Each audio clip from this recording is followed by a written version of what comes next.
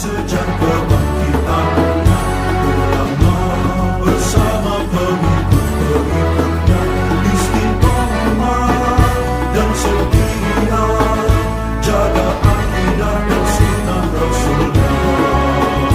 Alhamdulillah segala puji baginya, ulama bersama pengikut-pengikutnya istiqomah dan setia menjaga agama manusia dan bangsa. Mari kuatkan niat kita, kita bulatkan tekad kita, terus lanjutkan amal kita, mengembangkan hikmah kita. Assalamualaikum warahmatullahi wabarakatuh. Alhamdulillah alladzi 'allamal Qur'an khalaqal insan 'allamahul bayan. Asyhadu an la ilaha illallah wahdahu la syarikalah wa asyhadu anna Muhammadan 'abduhu wa rasuluh. Allahumma salli wa sallim ala sayyidina Muhammadin alladzi jaa bina bi khairil adyan wa ala alihi wa ashabihi buduri ma'alimil iman wa syumusi ma'alifil irfan. Amma ba'd. Hadaratil muhtaramin wal mukarramin, al asatidah wal hujjaj wal masyayikh, para guru, para ustaz, para sesepuh yang saya hormati, wabil khusus Ustadz Sa'amin beserta keluarga besar, bapak-bapak, ibu-ibu, hadirin jamaah Majelis Taklim Miftahul Khair maupun Majelis Taklim gabungan lain yang terhimpun dalam Majelis Khataman Quran. Betul begitu Ustaz? Majelis Khataman Quran. Alhamdulillah malam hari ini kita berkumpul di sini untuk melaksanakan acara khataman Al-Quran. Sebenarnya yang khataman bukan Ustadz Sa'amin, yang khataman bukan bapak-bapak dan juga bukan ibu-ibu yang ngambil seorang 2 juz ya. Ngambil seorang 2 juz, ada yang 3 juz, ada yang 5 juz. Terus siapa yang khataman di sini? Yang khataman sebenarnya adalah guru-guru kita. Kita bisa ngaji, baca alif-alifan kalau dulu istilahnya. Kita tahu alif fathah A, alif kasroh I, alif dhammah U. Saya mah udah kemarin nih belajarnya, udah pakai fathah, udah pakai kasroh, udah pakai dhammah. Mungkin yang duluan bapak dan ibu ada yang dapendu ya. Ada nggak Pak? Ada yang dapendu, ada yang depan jabar, alif jabar, ba. Kalau saya udah yang kesinian, ba fathah ba, lam dhammah lu, ba lu. Udah kesinian pakainya kasroh, fathah, dhammah. Namanya metode Baghdad itu. Metode Irak atau metode Baghdad sudah diperkenalkan huruf hijaiyahnya dengan alif, ba, ta, tha, jim, ha, kha. Udah kenal. Dulu sebelum metode Baghdad, Bapak Ibu hadirin rahimakumullah, ada metode sebelumnya, urutan huruf hijaiyah sebelum metode Baghdad. Pada hafal kagak ini Peri? Alif, ba, ta, terus ta, jim, ja. Ja mah apaan tuh? Ja, miharja. Jim bukan ja. Jim, ha, kha. Itu metode namanya Irak atau metode Baghdad. Sebelumnya urutan huruf hijaiyah bukan begitu Pak.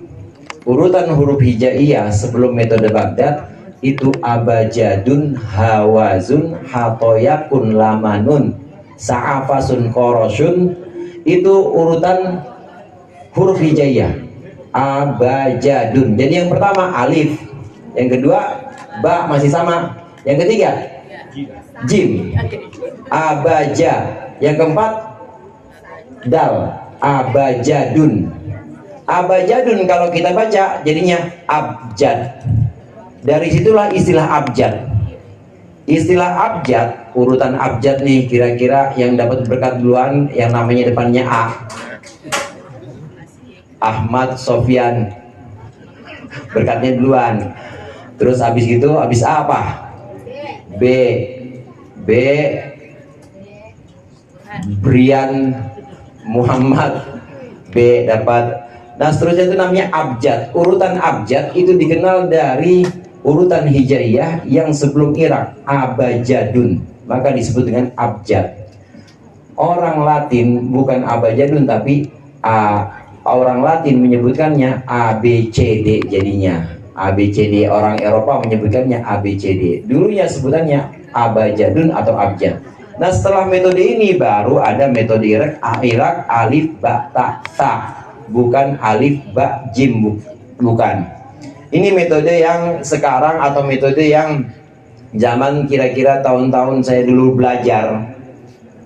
Saya kan masih muda, kalau bapak-bapak udah pada tua semua. Ibu-ibu apalagi, nenek-nenek semua ini.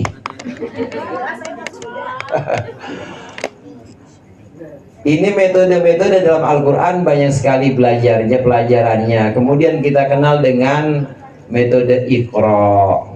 Iqra yang tadi saya tanya, habis huruf alif ba ta ta, bukan jim tapi ja, itu belajarnya Iqra tuh. Berarti kita zaman now. Anak sekarang udah Iqra. Nanti setelah Iqra ada metode banyak lagi, ada qiraati, ada tilawati dan lain sebagainya. Sebenarnya pada malam hari ini yang hataman bukan Ustadz Samin, bukan bapak dan ibu yang ngambil seorang 2 juz, tapi guru-guru kita. Saat kita membaca Al-Quran, sesungguhnya yang hatam dan juga yang mendapatkan pahala itu juga guru-guru kita. Ini modelnya model kayak MLM. Tahu MLM Pak?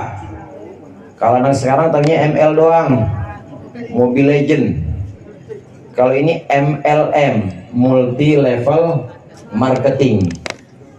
Saat kita membacakan ayat-ayat Al-Quran, apalagi sampai hatam, maka sesungguhnya yang hataman bukan cuma kita, tapi guru-guru kita dapat juga pahala dari hataman ini. Amin. Amin.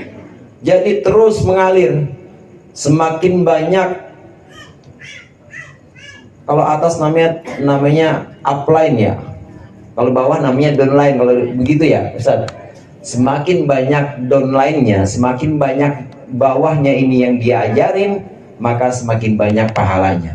Guru-guru kita dulu mengajarkan kita, muridnya taruhlah ada 100-100-nya hatam, maka pahala 100 itu buat guru-guru kita juga. Lah kalau gitu pahala kita hilang dong Ustaz. Enggak begitu saudara. Dalam doa-doa yang kita bacakan dalam wahbah atau sesudah tahlil, itu biasanya kita sebutkan Allahumma ausil. Apa terusannya itu? Tawabama qara'nahu. Ada sebagian kiai, ada sebagian ulama kita yang menyebutkan Allahumma ausil mithla thawabima qara'nahu. Pakai mithla. Mithla itu semisal.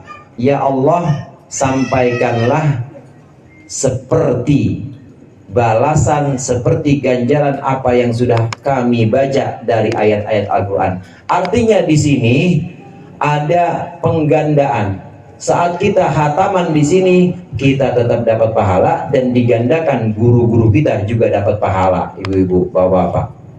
Jadi semuanya dapat, bukan berarti pahala yang kita sudah kumpulkan melalui bacaan Al-Quran ini habis buat guru kita semua, bukan. Tapi Allah gandakan. Wa ma dzalika 'alallahi bi'aziz. Yang seperti itu untuk Allah tidaklah sulit. Allah menggandakan pahala, menggandakan balasan-balasan dari hataman-hataman yang sudah Bapak dan Ibu lakukan kemarin. Saya dengar tadi dari Ustaz Amin ada 3 kelompok. Iya Ustaz, kira-kira ada 3 kelompok, berarti ada 3 kali hataman. Masing-masing punya guru. Nah, gurunya ini semua lagi dapat kiriman. Kirimannya banyak. Karena sabda Rasulullah SAW, orang yang membaca Al-Quran, maka setiap likulli harfin hasanah, wal hasanatu bi asyri amthalitha. Sabda Rasulullah SAW, setiap huruf dari Al-Quran yang kita baca itu adalah kebaikan, 1 huruf kebaikan. Dan kebaikan itu bi asyri amthaliha, kebaikan itu dilipat gandakan sampai 10. Lam aqul alif lam mim harfun, bal alifun harfun, lamun harfun, wal mimu harfun. Kata Rasulullah, alif lam mim itu bukan 1 huruf, tapi alif 1 huruf, lam 1 huruf, mim 1 huruf. Jadi berapa huruf itu Pak? 3 kali 10, 30. 30 huruf itu baru alif lam mim doang. Ini kemudian digandakan untuk kita juga, untuk guru-guru kita juga. Sekali lagi, yang hataman di sini bukan hanya kita, tapi yang hataman adalah guru-guru kita. Tapi bukan juga guru-guru kita, hadirin. Gurunya guru-guru kita. Ulama-ulama kita yang dulu mengajarkan guru-guru kita. Sambung terus-menerus sampai kepada para sahabat yang mengajarkan para tabi'in. Para sahabat diajarkan oleh Rasulullah, maka ini juga jadi ladang kebaikan untuk Rasulullah SAW. Setiap kali kita baca Al-Quran, maka pahala itu akan terus mengalir untuk kita, untuk guru-guru kita, untuk gurunya guru kita, terus sampai kepada para sahabat dan juga sampai pada Rasulullah SAW. Jadi kalau 1 huruf itu dinilai 10, al-hasanatu bi asyri amthaliha, bismillahirrahmanirrahim, berapa huruf tuh? Banyak. Itu apa? Itu ada kaligrafi.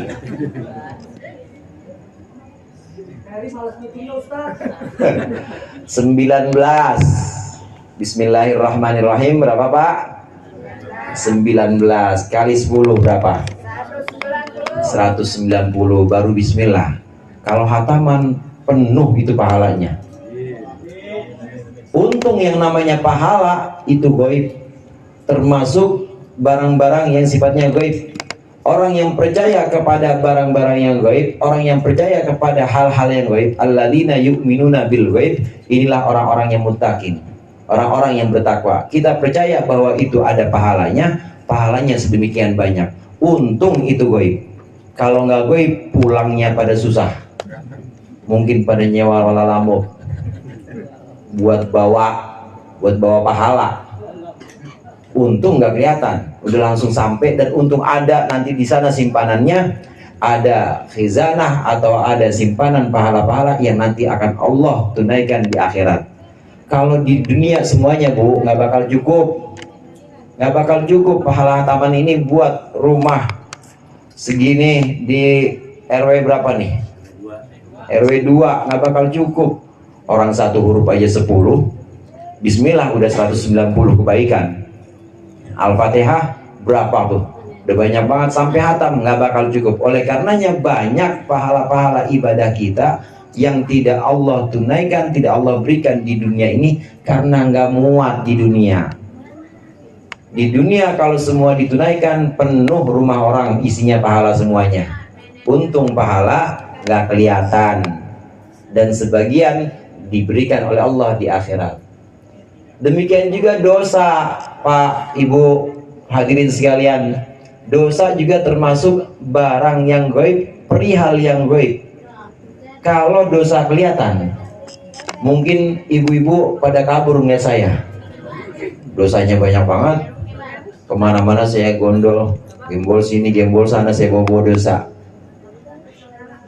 Untung alhamdulillah yang namanya dosa nggak kelihatan. Makanya di sini muncul ada ketertarikan atau ada rasa sayang, ada rasa cinta antara murid dengan guru, antara bapak-bapak dengan ibu-ibu, antara anak dengan orang tuanya. Muncul rasa sayang karena dosanya nggak kelihatan.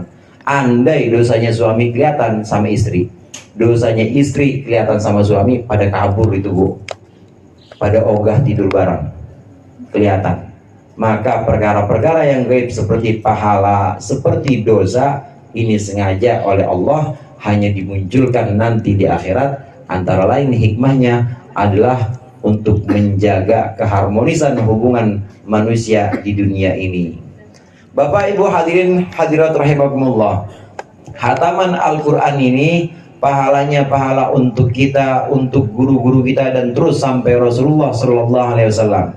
Kemudian yang kedua, orang yang membaca Al-Quran di rumahnya, maka rumah itu akan dihadiri oleh para malaikat. Innal baita idza yuqra'u fihil Qur'an hadrathul malaikah. Sabda Rasulullah SAW. Sesungguhnya rumah ketika dibacakan ayat Al-Quran, maka malaikat akan hadir ke situ. Mau bu dihadirin malaikat? Israel? Belum ya, belum. Malaikat rahmah maksudnya, malaikat kasih sayang yang akan menebarkan rasa cinta, rasa sayang untuk pemilik rumah itu. Jadi nggak ada berantem, nggak ada yang namanya muka asem, nggak ada. Pokoknya rahmah terus, karena malaikat hadir ketika rumah dibacakan ayat Al-Quran. Watanakkabat anhu syayatin. Ketika sebuah rumah dibacakan Al-Quran, maka setan juga pada kabur. Pada kabur bu. Nah setan itu ada dua macam. Ada setan manusia, ada setan jin. Ada setan bangsa manusia yang kelihatan, ya kadang pakai topi, kadang pakai peci, ada yang pakai sarung juga lagi. Ada yang pakai celana kelihatan maksudnya. Ada juga yang nggak kelihatan, setan bangsa jin. Ketika satu rumah dibacakan ayat-ayat Al-Quran, maka setan-setan itu akan kabur dari rumah itu. Wattasa'a li ahli, dan rumah itu akan terasa lapang untuk penghuninya ketika ayat-ayat Al-Quran dibacakan. Wa kathura khairuhu wa qalla syarruhu, dan pasti akan banyak kebaikan dalam rumah itu, dan akan banyak dan akan sedikit keburukan dalam rumah itu. Itu sabda Rasulullah SAW tentang keutamaan baca Al-Quran di rumah. Karenanya kebiasaan-kebiasaan seperti ini yang Ustaz Samin sudah ceritakan ke saya, ngambil, dibawa, bacanya di rumah Ustaz ya. Jangan berhenti, baca di rumah. Supaya rumahnya sebagaimana yang dijanjikan oleh Rasulullah, rumahnya jadi dihadiri malaikat. Setan-setan pada pergi, baik setan yang kelihatan maupun yang gak kelihatan. Begitu juga kebaikan akan melimpah dalam rumah itu gara-gara kita baca Al-Quran. Dan keburukan akan pergi dari rumah itu gara-gara kita baca Al-Quran. Jangan berhenti.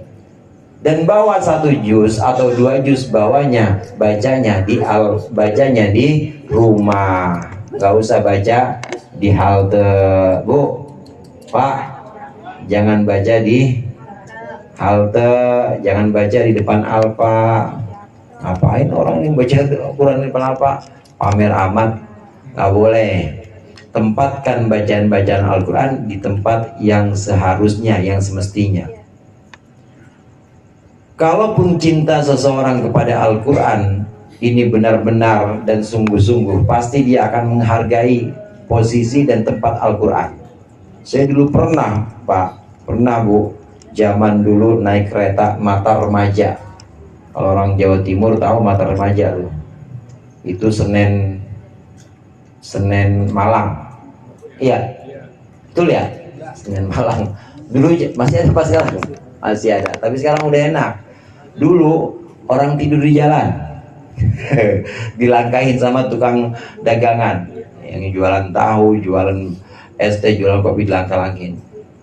itu di antara orang yang lalu lalang, di antara orang yang tiduran di jalan, ada yang duduk juga, kemudian ada tukang pada lewat, tukang-tukangan, tukang jajanan itu pada lewat. Ada bocah ya baru kenal Quran kali ya, dia bawa Al-Quran, baca Quran di kereta.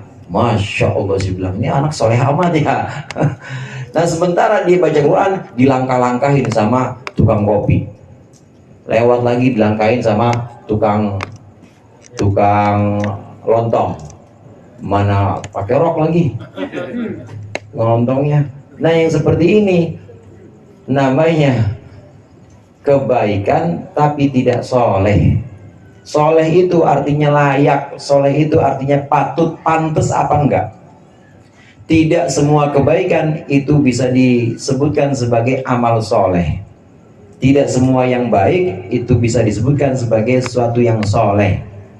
Saya tanya sama bapak-bapak, kira-kira azan baik nggak Pak? Baik nggak Pak azan? Baik. Coba dah azan 1:30 ntar.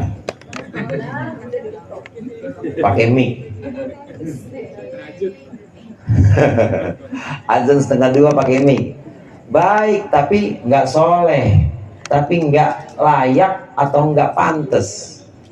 Kebaikan itu harus ditempatkan pada tempat-tempat yang soleh atau tempat-tempat yang layak. Demikian juga baca Al-Quran, jangan kayak bocah tadi, dilangkain sama tukang lontong, dilangkain sama tukang kopi, dia baca tetap mushaf itu. Kasihan, sayang-sayang, itu sama aja tidak menghormati mushaf, tidak menghormati Al-Quran. Yang sudah dilakukan oleh bapak dan ibu, bawa Al-Quran ke rumah, itu udah bagus, udah cakep gitu. Kemudian baca di rumah supaya rumahnya ini tambah terang, amin. Malaikat hadir di rumah itu, amin. Setan juga pergi dari rumah itu juga menjadi lapang untuk penghuninya, karena kelapangan hati penghuninya dari bacaan Al-Quran. Demikian juga kebaikan itu akan terus tambah untuk rumah yang dibacakan Al-Quran. Sebaliknya, wa innal baita, sabda Rasulullah, idza lam yuqra fihi Al-Quran, sebuah rumah ketika di dalamnya tidak pernah dibacakan Al-Quran, hadarathu syayatin, maka setan-setan pada datang ke situ. Begitu masuk, gelap rumahnya. Gelap amat bang rumah, irit, hemat listrik. Kata orang itu mah bukan hemat, koret itu mah. Bang, tahu koret?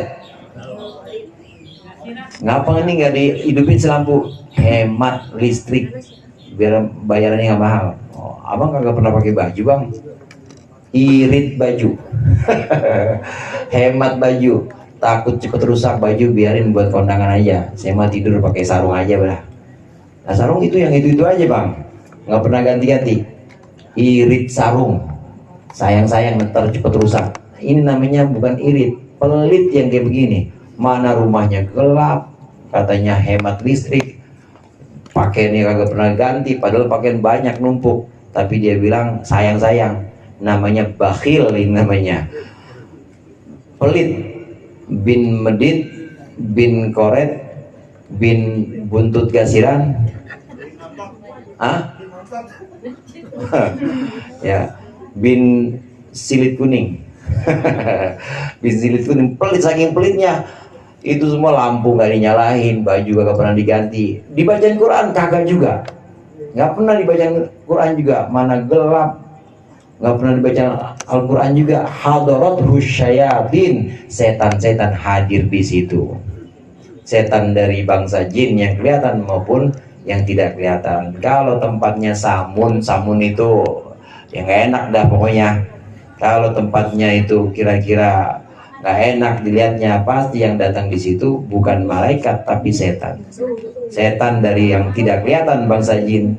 Di pojokan suka ada rambut panjang. Pasti di setiap pojokan rumah ibu, di setiap pojokan rumah bapak, di setiap pojok ada jin. Pasti ada jin. Pak, setiap pojok ada jin. Pojok ada jimnya nggak? Ada. Jadi setiap pojok ada jim, bukan jin, ada jim. Itu huruf jim pojok. Nah, rumah yang tidak pernah dibacakan Al-Quran, setan-setan itu akan hadir. Wa tanakkabat al-nanhul malaikah, malaikat itu akan jauh, akan pergi dari rumah itu. Malaikat rahmat, malaikat yang menebarkan kasih sayang antar penghuni rumah itu pergi dari situ. Jadi antara penghuni rumah bawaannya berantem mulu. Dikit-dikit cuma gara-gara nggak dibikinin kopi, piring dilempar. Cuma gara-gara telat ngasih makan, sapu melayang. Oh tuh, rahmatnya nggak ada, kasih sayang nggak ada. Kenapa? Gara-gara nggak pernah dibacain Al-Quran. Kemudian wadhaqa li ahli, dan rumah itu akan menjadi sempit untuk penghuninya.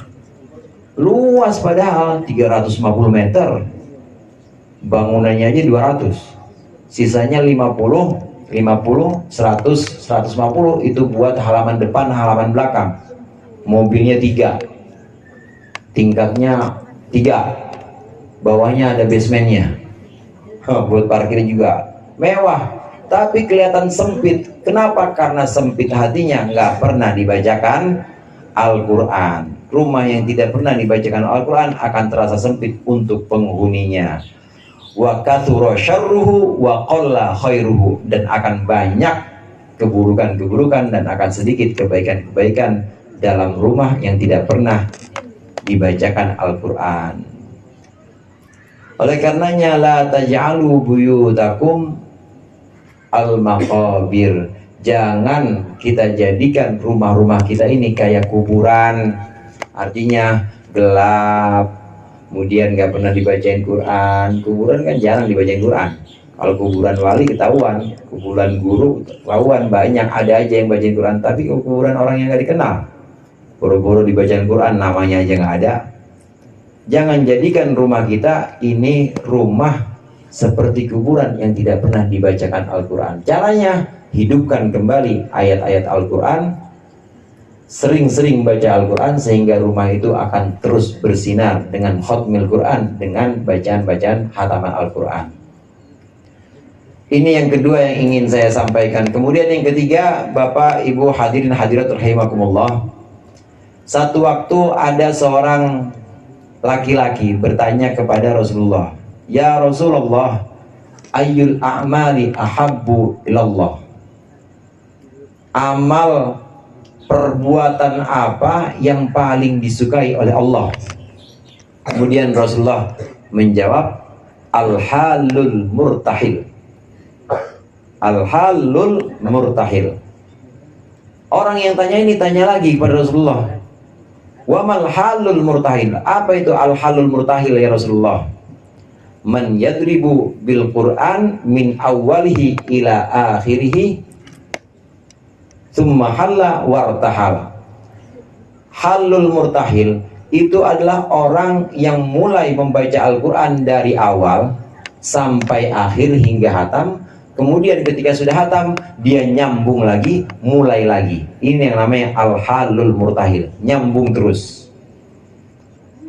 Ini adalah amalan-amalan yang paling baik. Bahkan Imam Nawawi itu Syekh Syarafuddin An-Nawawi, bukan Syekh Nawawi, lain lagi.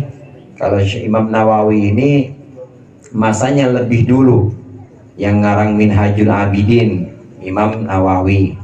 Imam Nawawi ini masa hidupnya setelah Imam Ghazali.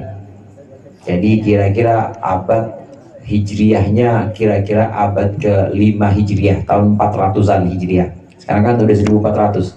Nah, ada pun Syekh Nawawi Banten ini lebih akhir. Syekh Nawawi Banten orang Banten. Kalau ini Imam Nawawi, bukan Syekh Nawawi. Imam Nawawi mengatakan, di antara zikir-zikir yang kita kenal, tasbih, bacanya subhanallah, takbir, Allahu Akbar, tahmid. Tahmid apa tahmid? Alhamdulillah, tahlil, la ilaha illallah. Di antara bacaan-bacaan zikir yang kita kenal, maka semuanya kalah keutamannya dibanding Al-Quran. Karena Al-Quran itu lebih utama dibanding zikir-zikir yang lain. Orang yang membaca Al-Quran, apalagi dalam keadaan menutup aurat, berwudu, menghadap kiblat, maka itu keutamannya lebih banyak dibanding baca zikiran-zikiran.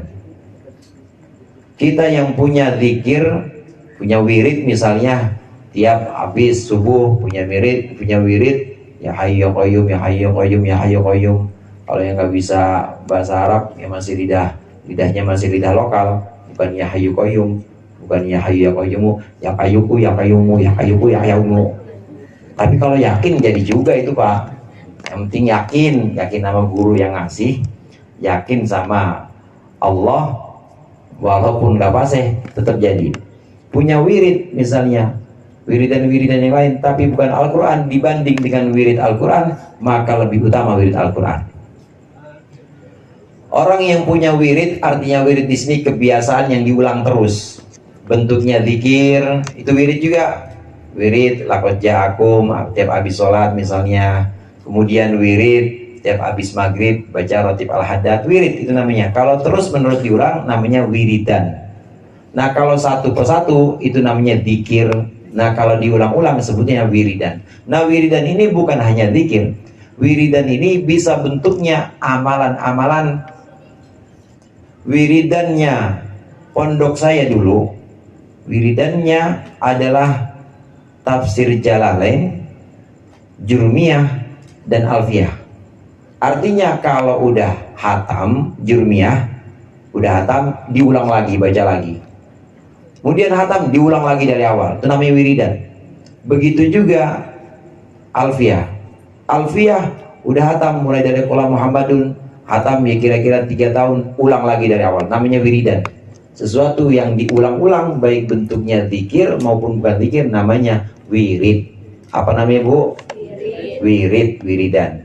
Nah wiridan bisa bentuknya zikir, bisa bentuknya selain zikir, seperti wiridan kitab tadi, tafsir Jalalain, ini udah hatam, ulang lagi, namanya wiridan.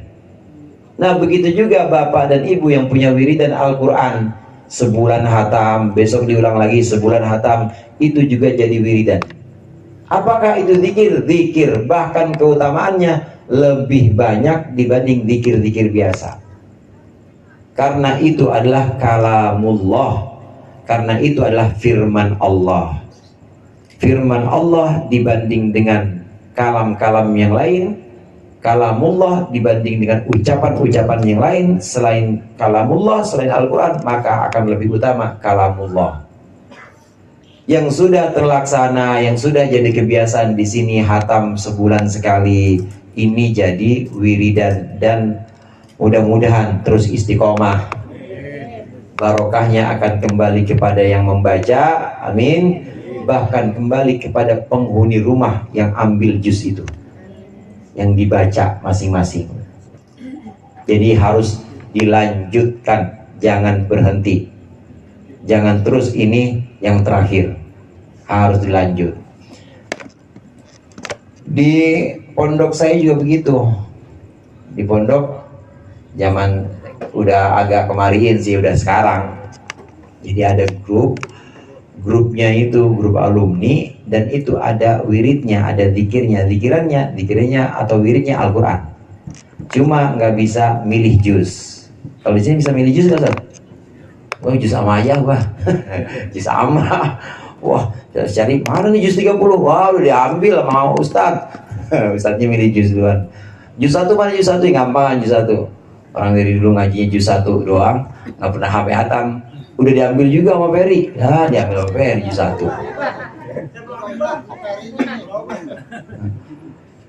Ini nggak bisa milih, tapi ditentukan oleh adminnya. Ditentukan oleh admin, ada adminnya di grup itu. Mulai hataman bulan ini, periode bulan Desember, dipilih ya sama admin. Dipilih Wajdi juz 7, 8 misalnya. Nanti yang lain juz berapa, jadi dipilih dan kita nggak bisa milih. Nah itu kalau diniatkan sebagai wiridan, diniatkan sebagai kebiasaan membaca Al-Quran, hatam 1 kali dalam sebulan, maka itu jadi wiridan dan pahalanya bisa untuk guru-guru kita.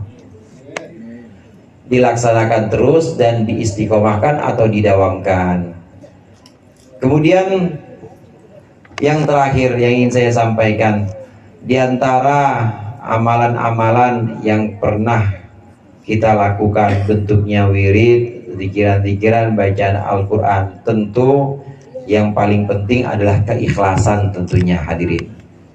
Ketika kita melaksanakan amalan-amalan, maka hendaklah kita benar-benar karena Allah, bukan karena pamer atau riya bahasa Arabnya. Riya itu bahasa Arabnya pamer. Terbalik. Riya itu bahasa Indonesianya pamer. Jangan niatnya buat pamer untuk dilihat sama pengurus, jangan. Untuk dilihat sama Ustaz Amin, jangan. Tapi untuk dilihat dan dipandang oleh Allah. Saat kita melakukan amalan-amalan, sholat, puasa, sedekah, semuanya, itu Allah melihat hati kita. Yang dilihat bukan hanya bentuk ibadah kita, tapi hati, sampai ke dalam hati Allah melihat. Ini baca ngambil juz 3 karena siapa nih bocah? Jangan-jangan karena karena Pak RT. Pak RT punya anak perempuan lagi. Oh, jadi tujuannya itu. Tujuannya berarti itu karena pamer. Jangan sampai seperti itu. Riya itu adalah melakukan sesuatu karena ingin dilihat. Dari kata ro'a yaro yang artinya melihat. Riya itu artinya ingin dilihat oleh makhluk atau oleh orang lain, oleh manusia. Namanya riya. Kalau gitu susah Ustaz, mendingan nggak usah hataman saya. Orang dilihatin orang terus. Nggak begitu juga. Imam Fudail bin Iyad mengatakan, tarkul amali li ajlin nas riya'un, wal amalu li ajlin nas syirkun.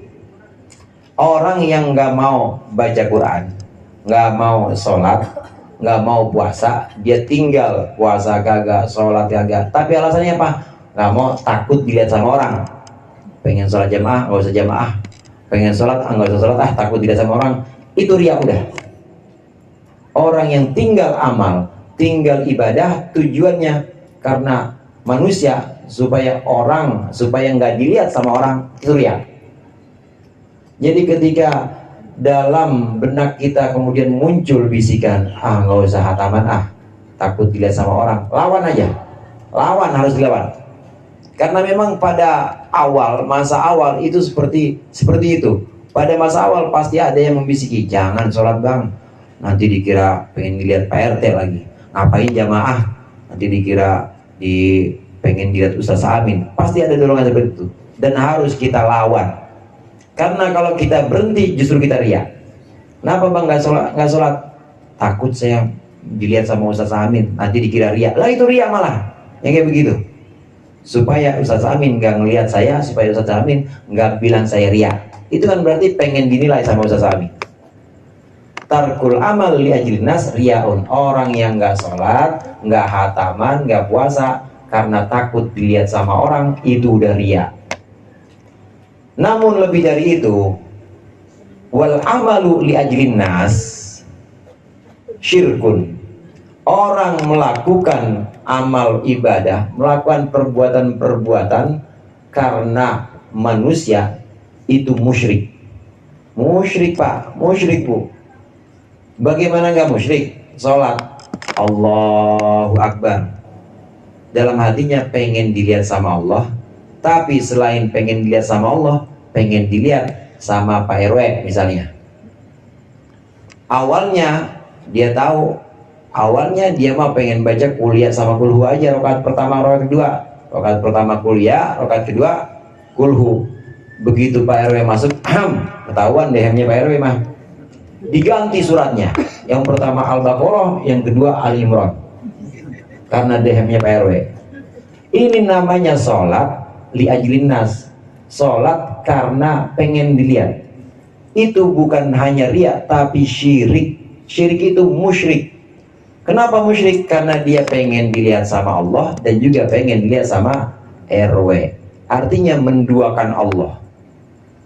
Supaya Allah lihat juga, RW lihat juga. Nanti jadi kemana-mana tuh. supaya dilihat sama mertua juga, supaya dilihat sama ustadz juga, dilihat sama DKM. Kali aja nanti terawih jadi ada jadwal. Nah, jadi kemana-mana. Akhirnya bukan hanya menduakan Allah, menyekutukan Allah. Orang yang melakukan amal ibadah, hataman Quran, sholat, puasa, tapi karena manusia, maka dia syirik. Syiriknya namanya syirik khafi. Musyriknya namanya musyrik yang samar-samar. Kalau musyrik yang terang-terangan mungkin sekarang udah gak ada, yang nyembah patung, patungnya dari kayu, dari tembaga, udah gak ada mungkin. Tapi kalau syirik yang samar, ini masih ada. Apa itu syirik yang samar? Syirik yang samar adalah melakukan amalan, melakukan ibadah karena manusia. Dia sudah menyekutukan Allah, dia ingin Allah melihat ibadahnya, tapi dia juga ingin manusia melihat ibadahnya. Sudah menduakan, bahkan menyekutukan Allah. Na'udzubillah, tsumma na'udzubillah. Alhasil ketika kita sudah ada maksud, udah ada kerentek dari dalam hati kita, sholat jamaah hataman begitu ada bisikan, jangan bang, jangan sholat, jangan jamaah, jangan hataman, nanti malah ini dilihat sama orang, riya lagi. Harus dilawan. Pada fase awal, pada perjalanan pertama kali memang harus ada seperti itu dan harus dilawan. Tapi lama-kelamaan insya Allah, karena kesungguhan kita melawan itu, insya Allah akan Allah berikan ikhlas. Amin. Insya Allah hataman demi hataman, bulan besok Januari, periode berikutnya, itu akan Allah berikan ikhlas. Allah melihat ke dalam hati kita, Allah melihat dalam kesungguhan kita. Dan biasanya itu memang pada tingkat-tingkat awal saja. Karena orang begitu Pak, Bu. Mungkin pada fase pertama, pada fase awal baca rakaat pertama Al-Baqarah, rakaat kedua Ali Imran, supaya apa? Supaya wih. Kan dibilang wih biasanya. Wih Ustadz, wih Pak Haji, wih Ustazah, wih. Lah emang kita mau wahwi-wahwi mulu? Kita mau setiap sholat diwahwihin sama orang mulu? Kan enggak. Begitu juga emang kita mau hataman, setiap hataman itu ada orang yang bilang wih, atau orang muji kita, kan enggak. Lama-kelamaan kita bosan juga, dan lama-kelamaan kita akan lillahi ta'ala ikhlas. Mudah-mudahan hataman ini, amalan-amalan yang sudah kita lakukan, segenap ibadah-ibadah ini Allah berikan istiqomah, dan juga Allah karuniakan kepada kita ikhlas. Allahumma rzuqnal ikhlas wal istiqamah, Allahumma rzuqnal ikhlas wal istiqamah, Allahumma rzuqnal ikhlas wal istiqamah. Mudah-mudahan bermanfaat. Wallahul muwaffiq ila aqwamit thoriq. Assalamualaikum warahmatullahi wabarakatuh.